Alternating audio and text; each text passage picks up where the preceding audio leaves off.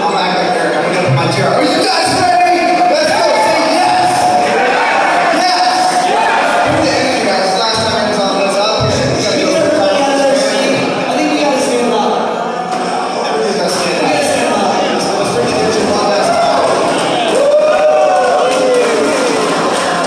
Big respect for Sebastian. He's been spending time with his family, and honestly, that's the reason why we do this, is so we can have more money to do the future with fun. And you know, he's leading by example. He's going to spend time with his family, which is fucking amazing. So when I say family, you say family. Family! Family! Family! Come on, Bill, let's go. When I say yes, you say yes. Yes! Yes! Yes! Yes! Yes! Let's go! Let's take the seats. So really my thought process with these guys is I'm actually fascinated by them. You can watch 2 YouTube interviews I've done with them, and I probably ask the same questions every time. I'm always like blown away. They're questions that I'm genuinely asking. So we will open it up to you guys. Taylor and I both have questions. I'm just a super curious person, and I just like asking questions to these guys because they're light years ahead of us. And in multiple ways, social media, I would say, and also the Amazon business. And it's very cool just to be around you guys and see what you're doing. So we can actually bounce back and forth between Amazon Lit, what I mean by that is your personal brand, and then also your Amazon business. So I've talked to you guys so much about your Amazon business, but I want to ask good questions. I don't want to ask like generic kind of shit. Do you have any questions off the top that you want right now? I was curious, like, I know for a lot of us getting started, it's like, you know, the goal changes over time. So when you guys were in PJs doing the retail arbitrage, what was that, 8 years ago? Or was that 7? Did you see this clearly to where you are right now? How often would you say, like, 2 years have changed and another year changed in terms of the goal, the vision? How often did the goal and the vision change? And you know what I'm saying? Or was it like super clear, like we know we want a warehouse with 20 employees, you know, right when we started? I think Scott hit it earlier where he said just look at the steps. So when I'm on step 1, the only goal is step 2. And step 2 at the beginning was have something that allows me to provide for my family, right? Instead of working a 9 to 5, because I wasn't too good at that. Not too good at taking direction. So I needed to find something where I could find success. That was supposed to have number 1 goal. Once I had my money, a little bit where I could provide for my family, then it was like, okay, what's next? Maybe get some employees and provide for their families. And then the goal constantly, as we hit these new targets and thresholds, new goals appear. They come to fruition, something they just didn't expect. So right now we're moving into a larger facility, and one of our new goals is to have a wholesale company where we're able to provide valuable products to help the members of our community sell more products on Amazon, because one of their biggest issues is finding suppliers, legit suppliers. So that's a goal that wouldn't have even been sustainable a few years ago, and now it's. I have a question about partnerships. So one of the most common reasons why businesses fail is because the partnerships fall. This is something a lot of people don't talk about. It's because the partnerships don't work out. It's because they couldn't stick through it. It's because they weren't compatible for whatever reason. You guys were friends before you did business, which is interesting. Instead of doing business and becoming friends. Like you could really say that Steve and Taylor, we kind of did business before we became friends, you know? Like we were both, I interviewed him on my YouTube channel before he became my friend. Keith here, one of my best friends, we've done business before, and we were friends before we did business.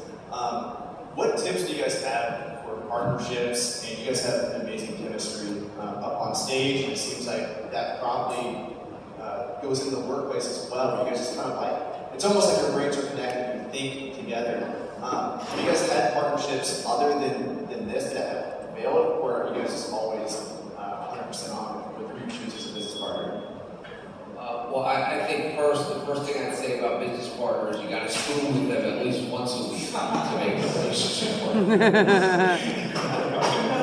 So you got to spoon with your business partner at least once a week. So you two are probably good, right? So me and Sebastian, so you guys spoon twice, so you're ultimate business partners.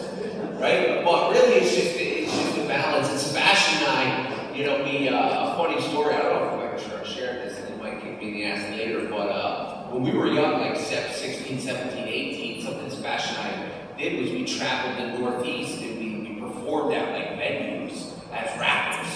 As rappers, and we did this in New York City, in New Jersey, in Pennsylvania, and we did it for years. And we thought we were going to be like professional rappers for the rest of our lives. And that moment, I didn't know that I would be traveling the world. It's too loud. I didn't know in a couple years I would be traveling the world speaking to all these people, and that experience and that stage presence and that back and forth between me and him rapping for years would help me harvest this skill that I have. You know, so it's like it's just forever changing, and I think the partnership really, it's got to be a take give and game relationship. Like, I don't always have the answers, but sometimes Sebastian does. Sometimes I think I have the right answer, or I know I have the right answer, and Sebastian wants to do it a different way. But you gotta be like, let's try it out. What would like be an instant red flag for a bad business partner? Nope, not doing it. Like, is there anything Sebastian would be like, absolutely not? Maybe that's putting you on the spot, but we can take a step back and say, is there any character flaws you see in someone who's like, no, I can't do it? Well, poor credit score, bad math, money management, the lack of integrity, honesty, just any of those regular principles, spiritual principles that we live by on a daily basis. And the last thing I'd like to point out is, if you're getting into business with anybody, you need a partnership contract. You need something that states, okay, Eric's expected to do this, Sebastian's expected to do this. If one of these members of this company do not abide by this contract, then they are able to break the contract legally because you have a binding document that states the agreement. And if that document is not in place, then you can't take it to a lawyer and separate. You're going to be in a nightmare because one person's not going to A business prenup. I'm going to ask you the same question I asked Scott, but what do you think is like the number one thing you can do if you're doing like, let's say you're doing 6 figures a month. What's the number one thing you can do that you can do to get to 7 figures? What should you be focused on? Is it sales? Is it products? What is it? drop your profit margin, sell more items. That's it. Drop your profit margin, sell more items.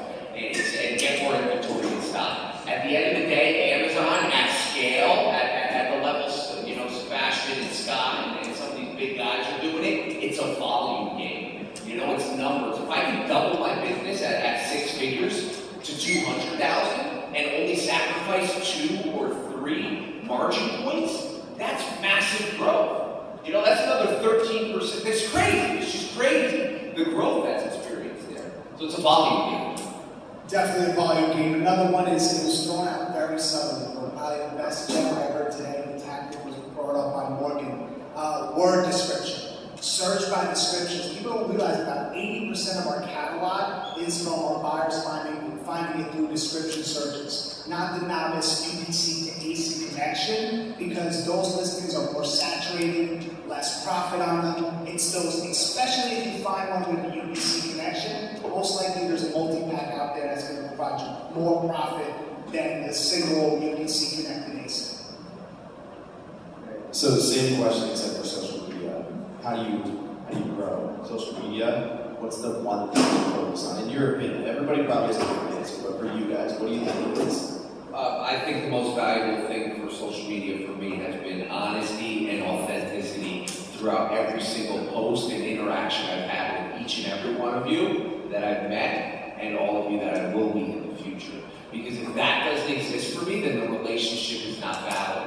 Also, I think another huge component to our growth was that I still to this day, I just got 12 fire emojis. I will respond to them in a little bit.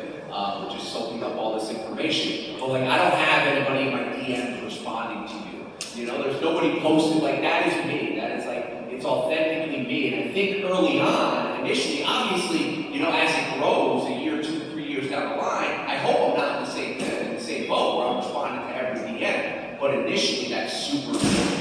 And then just getting consistency with posting. Gary talks about it 3 posts a day, which is fucking hard. It's hard shit unless you're scheduling it out. Try creating 3 posts a day for the next 10 days. It's complicated to do that. You gotta be committed to make it happen. Yeah. of thought on that last point. I was about to make everybody commit to posting 3 times a day for the next 10 days. That's a lot. We're committed to posting at least 3 times in the next month, though. Aye. Say aye. Aye. That's pretty good. Taylor, you got any questions for them before we open it up today? Anything you guys don't know on social media, or if you had time in your business versus like, I don't feel like. Anything like in specific that we don't post, or just time?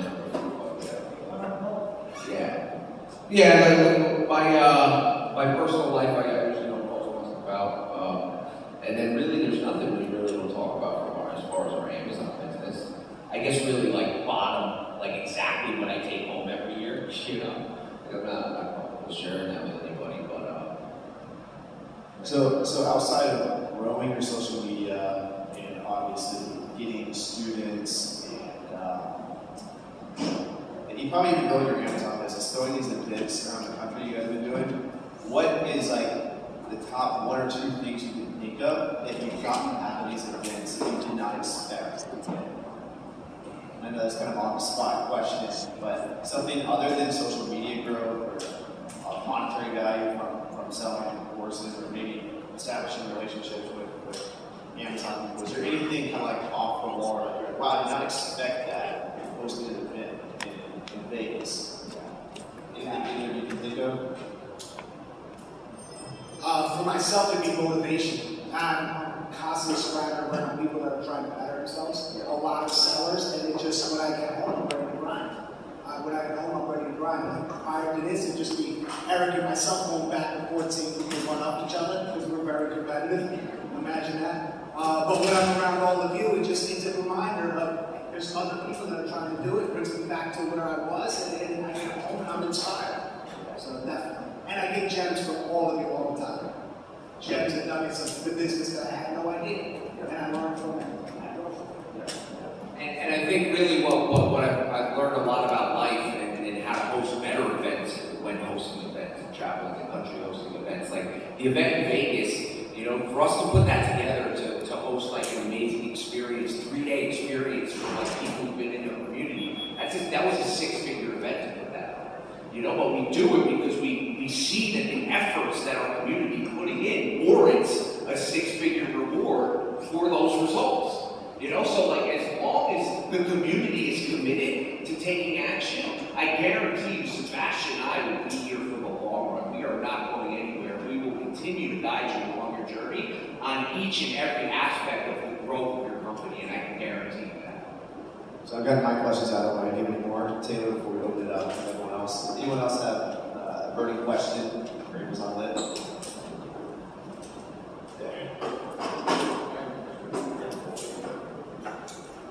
So Scott said that he basically recycles his old suppliers. What is your sourcing technique? Like sourcing, who do you have hired for product leads?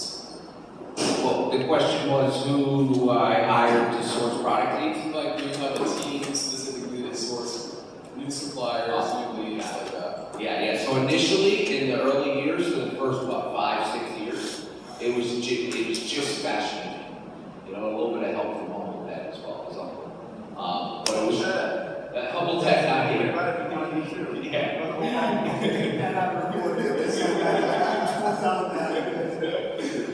But fuck, I lost my train of thought.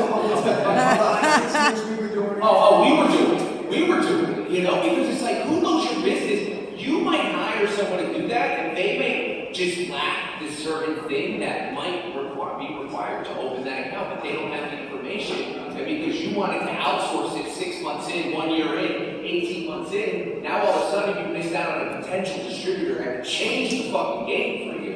But because you're trying to outsource to somebody else.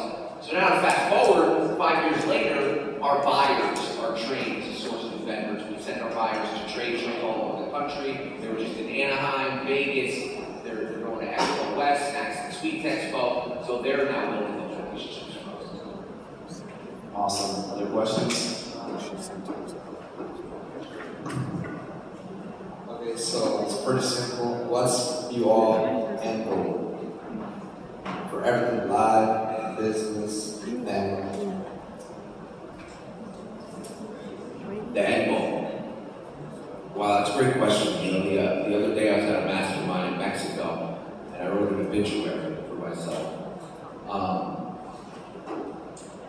And it was one of the most emotional things I've ever done. You know, I'm sitting in a room with 200-300 people, and I'm looking to the left of me and to the right of me, and everybody's fucking crying. You know, because I'm sitting here and I'm documenting like what would be read at my funeral the day that I died.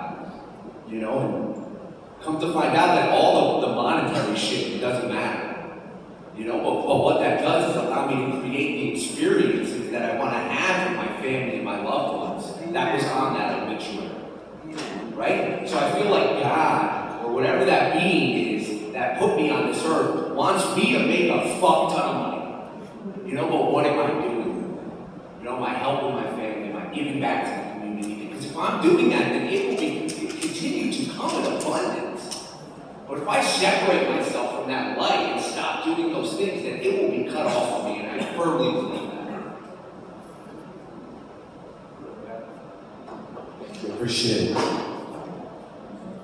Any questions, guys? Anything? These guys have social media. They have social media experts, Amazon experts, obviously.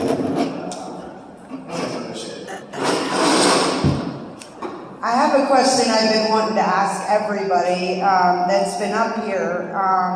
But for you guys, do you plan out your days? Like, I'm a very big list maker. Sorry, husband. I have chalkboards, like 4 in my kitchen, and I plan the day, I plan the week, I plan the month, you know, and I just wondered, like, how many people here plan it? Like, do you get up at 6, you do a workout? Do you do it at 7? Are you doing your emails or whatever? Because we're having a very hard time with time management. We work from sun up to sundown and don't feel like we're getting anything done. Yeah, so I definitely need a schedule in my life, you know, like I have set meetings where people can schedule times with me, and it's like I know what times of the day those are and what days of the week they are. I know initially my most productive time through the day is like 7, or really like 8 to 12. You know, I'd be kidding you if I told you 7 most times, not even up at 7. But it's like 8 to 12, that's my most productive time through the day. So initially in the day, that's when I like to do my most productive tasks, the things that need to get done that day. And then it's like after that, then it's kind of free to play around with like, okay, this doesn't need to get done today, but I now have the time, so let me allocate it. And a great thing for that is just Google Calendar. Like, because then you get the notification 5 minutes before, you know, you're never late to anything, you do it, and then when it's over, you're on to the next thing. You have a scheduled time for that event.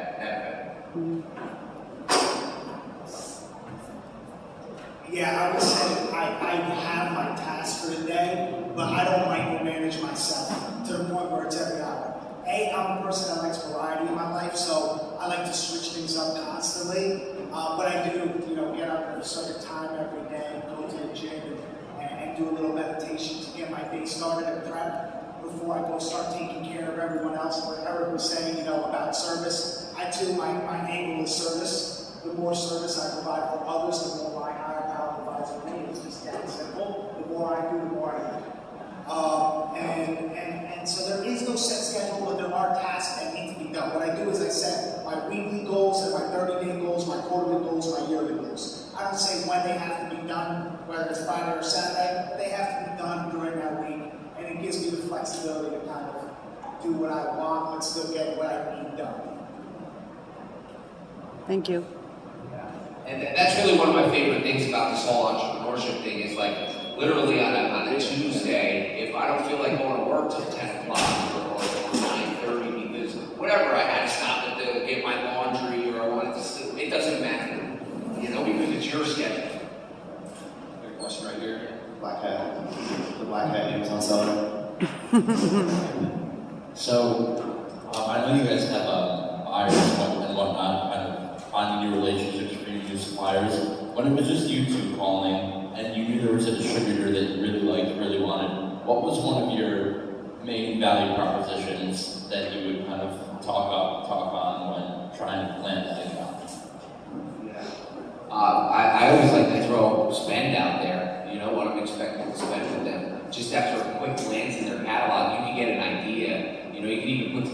first order. If that first order is 20, 25,000, you know, you're like, hey, I could spend double it, triple it. I spend $60,000 a month with you. You know, I'm in the business of growing lifelong relationships, so I'm looking for like a lifelong partnership here where we continue to grow together.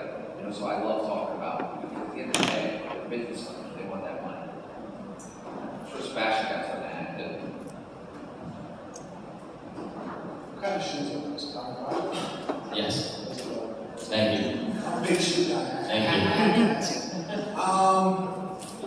What I would say is, yeah, it's all about the relationships. At the end of the day, it's what you can provide. Don't just think about monetary benefits. Eric's absolutely right. 100% is going to be about monetary, but also there's products that Eric's takes from one of our suppliers that supplier can't really move, and we can't move it on Amazon, but we'll take it in order to help them because big picture, guys, in the long run, we know it's going to come back and benefit us. So we're always providing a service, and the relationship we understand is always two ways. So look at what you can do for them rather than what they can do for you, and you'll see it'll be longevity in the relationships.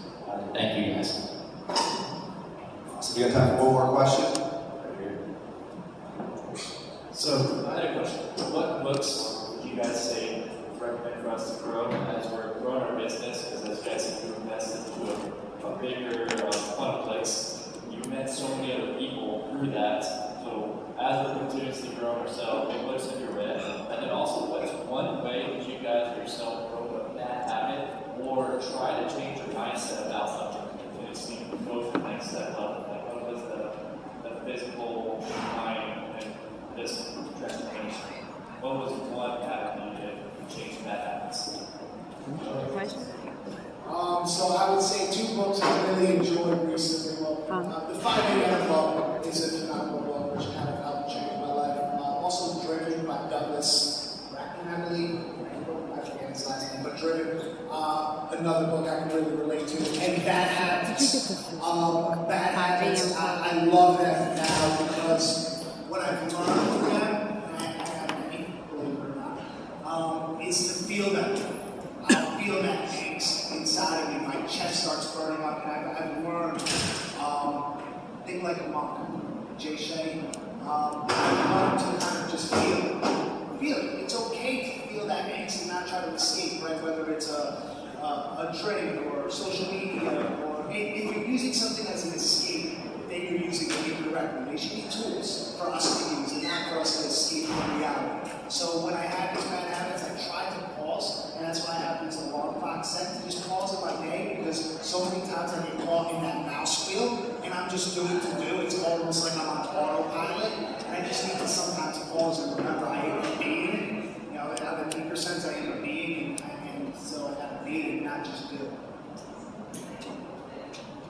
Yeah, as far as books go, I would say Speak to Sell, Dan Kennedy. It's all about, right now it just lines up with my life perfectly. It's about like how to make sales to people when you're on stages, you know, so it's like, but it also gives you an inside look into like the mind of a marketer, really how a customer thinks, which is amazing for any business because every business has customers.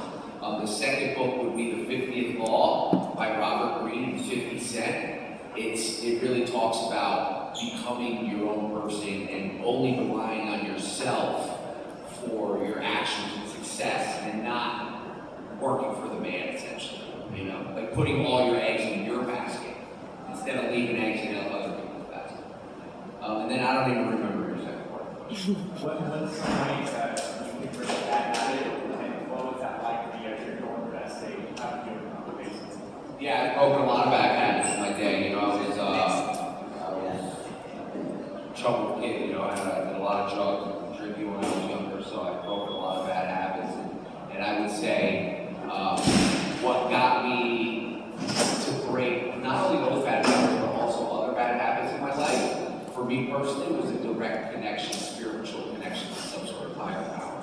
You know, and then seeking that, continuing to seek that, and then also focusing on mind, spirit, and body as well. So this is going to kind of drive me to this last thing here. I know we're going to wrap this up, but you're going to experience this multiple times in the growth of your company, right? You're going to come to events like this. You're going to work on your mind, body, and spirit, and they're going to get real healthy. You know, and then your business is going to grow as a direct direct result of how healthy your mind, spirit, and body are. And then because your business is going to grow and you're experiencing success, you're going to stop focusing on your mind, body, and spirit. And your business is a direct result of that lack of focus on those three important aspects are going to diminish the growth of your business. And you're going to be back at stage one where you have to put all of your emphasis on your mind, body, and spirit. And I'm going through that again, probably for the fourth or fifth time in past maybe 6 or 7 years where I'm experiencing that. And it's up to me or you as an individual to recognize